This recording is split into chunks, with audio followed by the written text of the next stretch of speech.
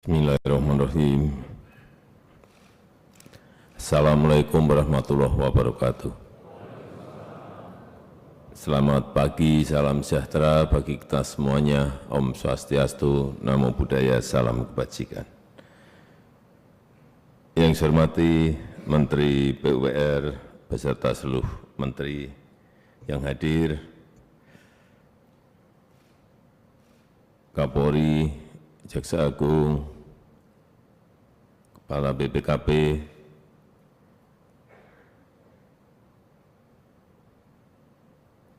seluruh dirjen dan mitra kerja Kementerian PUPR, Bapak Ibu hadirin dan undangan yang berbahagia. Saya enggak tahu tadi di dalam video tadi yang komentar kok anak band semuanya. Ada Ahmad Albar, ada Ari Lasso, Padi, karena Menteri PUPR-nya memang drummer. Jadi kalau yang komentar anak band ya sama-sama anak band.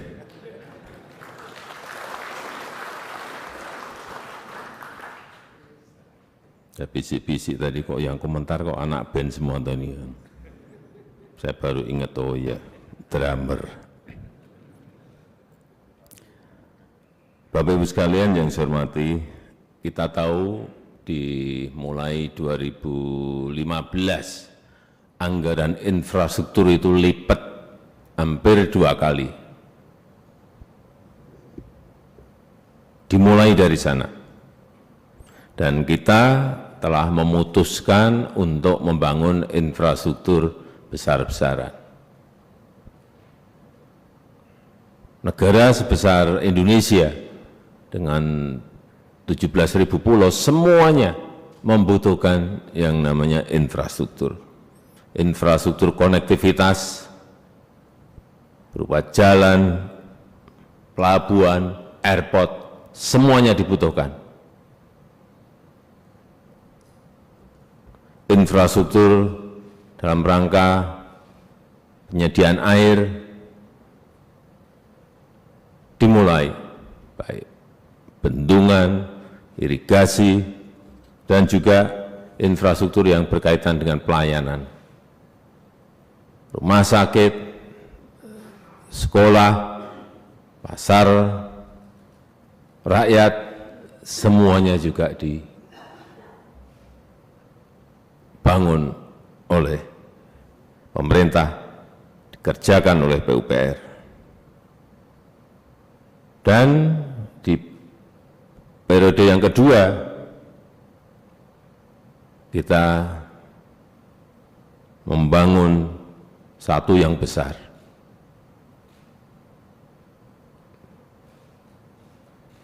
Proyek terbesar, yaitu IKN Nusantara. Untuk apa kita prioritaskan infrastruktur? Yang pertama dalam rangka efisiensi biaya logistik. Ini penting sekali. Dalam rangka kita berkompetisi, dalam rangka kita bersaing dengan negara-negara lain, efisiensi biaya logistik ini sangat penting. Sehingga akan mempengaruhi daya saing investasi negara kita. Nggak akan mungkin investor datang kalau infrastruktur kita jelek. Mau ke sebuah pulau nggak bisa karena nggak ada airport.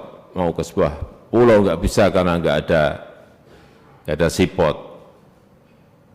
Mau ke sebuah pulau nggak ada karena nggak ada jalan. Yang ketiga, kita ingin menumbuhkan titik-titik pertumbuhan ekonomi baru. Dengan infrastruktur baru akan muncul titik-titik pertumbuhan ekonomi baru. Ini penting. Yang keempat, ini untuk konektivitas sosial dan budaya. Infrastruktur itu juga mempersatukan. Karena ada airport, orang Aceh bisa langsung terbang ke Papua. dari Papua terbang ke Jawa, dari Jawa bisa terbang ke Kalimantan dan Sulawesi. Fungsinya sekali lagi juga mempersatukan. Dan yang paling penting saya melihat dalam hal indeks infrastruktur kita ini memang saat itu di 2014 saya melihat kita memang masih tertinggal. Dalam IMD, Global Competitiveness Index, bidang infrastruktur, kita saat itu di peringkat 54. Saat ini masuk ke peringkat 51. Artinya meningkat meskipun juga belum melompat. Kita ini kerja keras dalam bidang infrastruktur, betul-betul kerja keras. Perubahannya kelihatan, tetapi sekali lagi peningkatan Global Competitiveness Index kita masih di angka 51. Ya, naik dari 54 ke 51. Ya, kenaikan itu karena kita membangun seperti yang tadi disampaikan oleh Pak Menteri PU, ada 42 bendungan yang telah selesai dan nanti mungkin ada tambahan 15 atau 17 lagi bendungan di tahun 2024. Irigasi dibangun untuk 1,2 juta hektar, jalan tol, ada tadi Pak Menteri PU sampaikan 2.143 kilometer,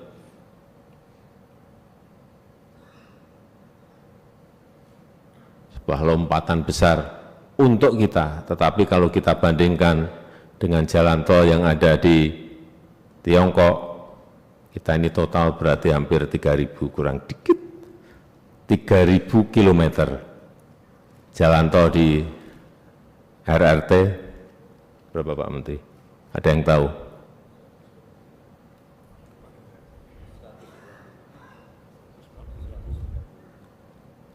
190.000 kilometer. Bendungan kita ini total hampir 300 bendungan. Di Korea 20.000 bendungan. Di RRT seingat saya 98 bendungan. 98.000 bendungan. Jadi masih jauh, masih perlu kerja keras. Meskipun ya kita melakukan sebuah lompatan.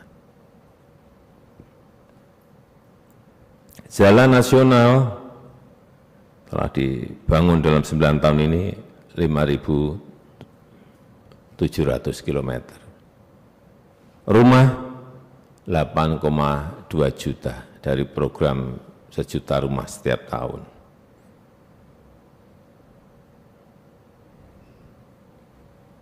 Lintas batas, saya nggak tahu ada Mata Ain, Sko, Haru, Tikong, dan lain-lainnya. Semua kita apa. Selain itu kita juga membangun infrastruktur karena ada event-event besar di negara kita. Asian Games 2018, kita merombak total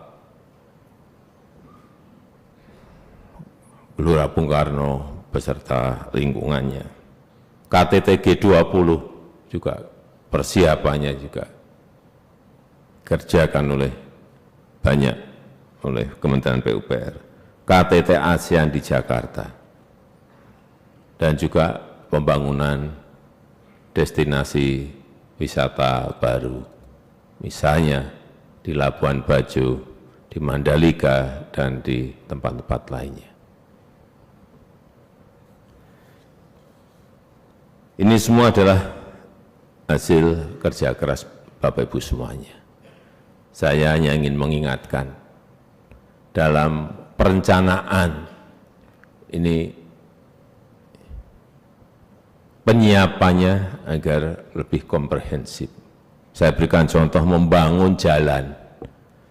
Jangan urusan jalannya saja, tapi mestinya satu paket pengerjaan itu jalan, drainasenya plus tambahan satu landscape-nya, trotoar dan landscape-nya. Jadi sisi arsitekturalnya, sisi landscape-nya, semuanya menjadi satu kesatuan paket. Memang kadang-kadang kita ini melihat anggarannya, waduh anggarannya ini hanya bisa untuk ngerjain jalan saja. Tapi menjadi nanti jalan rusak karena drainasenya belum ada karena memang belum dianggarkan. Jadi mestinya cara berpikir kita satu paket perencanaan. Jalan, drainase, trotoar, landscape-nya semuanya disiapkan. Karena kalau hanya jalan saja nanti yang terjadi, rakyat pasti di pinggir jalan, wah ini belum dibuat trotoar, tak buat jualan dulu. Wah, sudah langsung kaki lima, warung-warung semuanya di pinggir jalan. Mau membuat trotoar, drainase, harus ada ongkos sosialnya lagi ke depan. Ini yang saya bilang harus satu paket itu seperti itu. Yang kedua, di Labuan Bajo misalnya, saya melihat ada jalan bagus, ada trotoarnya bagus, mulai ada tanam pohon, waduh ini sudah beda, ini sekarang PU. Bagus. Ya, seperti itu. Tapi masih sedikit. Semennya kelihatan. Kesan semen itu keras gitu ya, atos. Nah, dilunakkan dengan landscape yang baik. Sedikit kritik.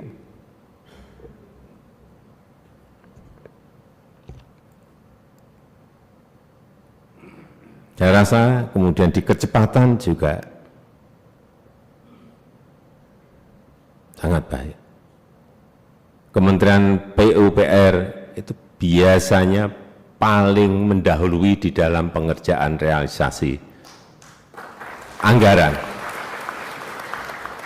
Januari itu pasti sudah mulai, karena kontraknya sebelum. Itu yang saya lihat, dibanding dengan kementerian yang lain, selalu mendahului, itu yang bagus. Januari sudah langsung mulai. Itu yang sebetulnya sudah saya tekankan kepada kementerian yang lain untuk niru PUPR.